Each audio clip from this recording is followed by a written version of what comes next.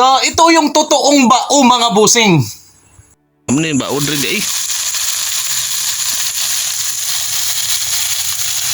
Mga busing, kumakain din ba kayo ng bao o Philippine turtle? So ito yung Philippine forest turtle pala na madalas makikita mga boss sa mga piling lugar dito sa Mindanao. At saka ito ay endangered na mga busing. Siya nga pala mga busing, kain tayo. So lagyan natin ng kunting gulay at saka yun na yun. Walang ibang makuha busing.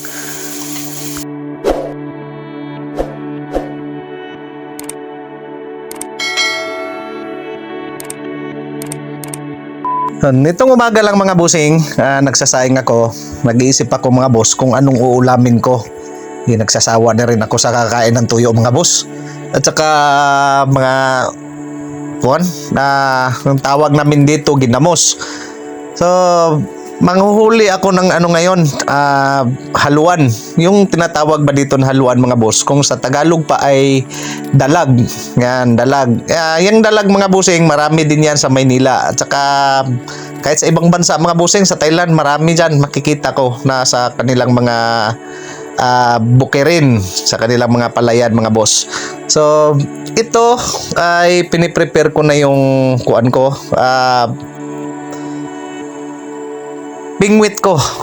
Ito lang yung gagamitin nating pingwit. So lagyan natin ng kuan mga boss, yung parang lighter na mga sira para makita natin kung mayroong kakagat.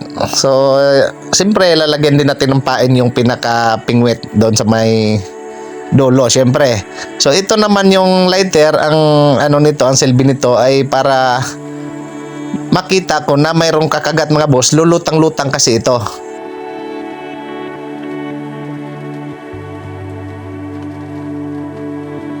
So yan, ito na mga busing yung ano natin, yung pagpipingwitan natin mga boss. So ito. So dito mga busing, hindi madumi itong tubig na ito kasi since na wala naman bahay dyan. At saka ito ay ano lang, yung bukal. So mayroong sa Bisaya pa mga boss, may tubod dyan, tubod. Yung flowing yung tubig dito. So dyan yung sa tapat nito ay yan yung dyan ako nagtatayo ng kubo mga busing, or nandyan ang lote ko. So ito mga boss, yung sistema na to ay ano, yung parang sa Bisaya pa mga boss, palitaw. So pinapalutang ko lang yung mga pingwit dito mga boss. So hindi na kailangang bantayan. So pero kung matyaga-tyaga ka, pwede mo nang bantayan mga boss. Para nang sa ganun, pag mayroong kakagat na kung ano dyan sa ilalim, ay mahihila mo kaagad. Kaysa naman babalikan mo pa. Pero ang akin dito mga boss, kasi maraming lamok dito, ay babalikan ko na lang. So yan mga boss, may gumagalaw-galaw kaya kinuha ko na. So gumagalaw-galaw yung kuan, yung lighter na pinapalutang. So yan mga boss, dahan-dahan kong hinila, baka ako'y masira yung bibig. So ayan mga boss, makawala pa kasi pag biglain mo mga busing, pag masira yung ano niya sa bibig niya. So ito, dalag to. Kaso lang mga busing, maliit. Kung yan, so maliit pa siya. Siguro yung pusa namin ang kakain nito kasi bitin naman pag tayo ang kakain nito mga boss. At saka isa lang. So ito, babalikan ko ulit ito mamaya mga boss.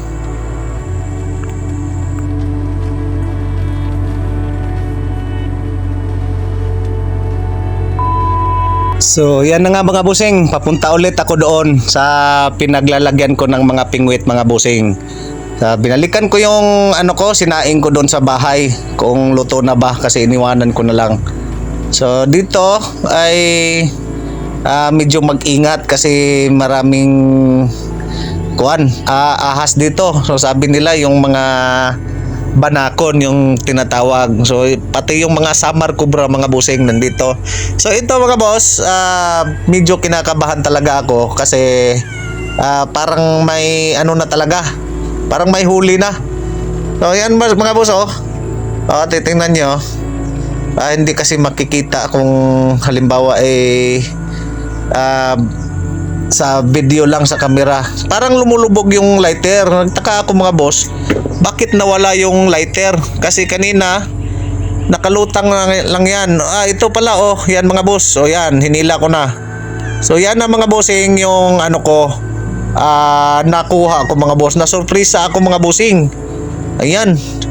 So nasurpresa ako mga boss sa nakuha ko mga bossing. So yan mga boss ay ano pala yan. Sa ulitin ko ay Philippine Forest Turtle nga nakikita sa freshwater. So yan mga bossing, sa ating research na ito ay endangered na. So ito pala ay ano na, pambihira na lang. Pero dito mga boss, sa totoo lang mga boss, ika-3 bisis ko na itong nakukuha dito. So 3 times na akong nakakakuha dito mga boss. So yung pala, may tips pala ako mga bossing. Nilagay ko yung ano sa dagat pala mga bossing, yung may 7 klaseng ano turtle. So turtle mga boss, so sa amin tawagin dito bao. Pagong pala ito sa Tagalog. So may 7 kinds sa salt, sa maalat mga bossing. So hindi sa fresh. So sa kadalasan mga boss, sa ngayon mga bossing, ito endangered na. Ang pumalit nito mga bossing, biglang nagkakaroon ng Australian turtle. Yung bang may ano na pagong, yung parang ahas yung mukha mga boss. Yun yung Australian naman. Hindi taga rito yun sa atin mga boss. Napaka bilis dumami dito mga boss. Yung makikita natin sa ibang mga vlogs na kinakain nila yon, yung ano. At saka naman yon, iba yon mga bossing sa nahuli ko ngayon. Kasi yung ano naman, pag-usapan natin yung Australian turtle na snake, parang snake mga bossing, ay ano yon, malambot yung katawan nun. Hindi katulad nito, yung yung ano nito, yung bahay niya ay napakatigas mga bossing. So ito, tatanggalan natin to. Tatanggal ko yung ano mga bossing, yung kuan, yung taga, yung pingwit na sumabit doon sa bunganga nung bao or yung pagong na nakuha ko. So ito mga boss, ang gagawin ko nito ay pakakawalan ko na lang. Pakakawalan ko na lang to mga boss, since na hindi ako kumakain ng kuan, ng pagong. At saka hindi pa talaga ako nakakain nito mga boss. So mayroong mga nagsabi sa akin na sa kanila daw ay kinakain daw nila ito. So mga yung tinatawag dito mga bossing na lumad. So nakatira doon sa may bundok. So kinakain daw to nila mga boss, at saka masarap daw ito. Pero sa akin mga boss, hindi ko pa na-testing ito. At saka kawawa naman yung mukha nito mga boss. Tapos kakainin mo pa. So ngayon, siguro mangungutang na lang talaga ako ng ano mga boss, sardinas, at saka kukuha ako doon sa may likod ng talong, sardinas at talong, at saka lagyan natin ng magic sarap, ay yun na. So yun pala mga bossing, follow din ako sa EQMC. Dito, ito na yung mga content natin, tsaka yung mga bao-baon na content natin dati ay doon na sa EQMC mga boss.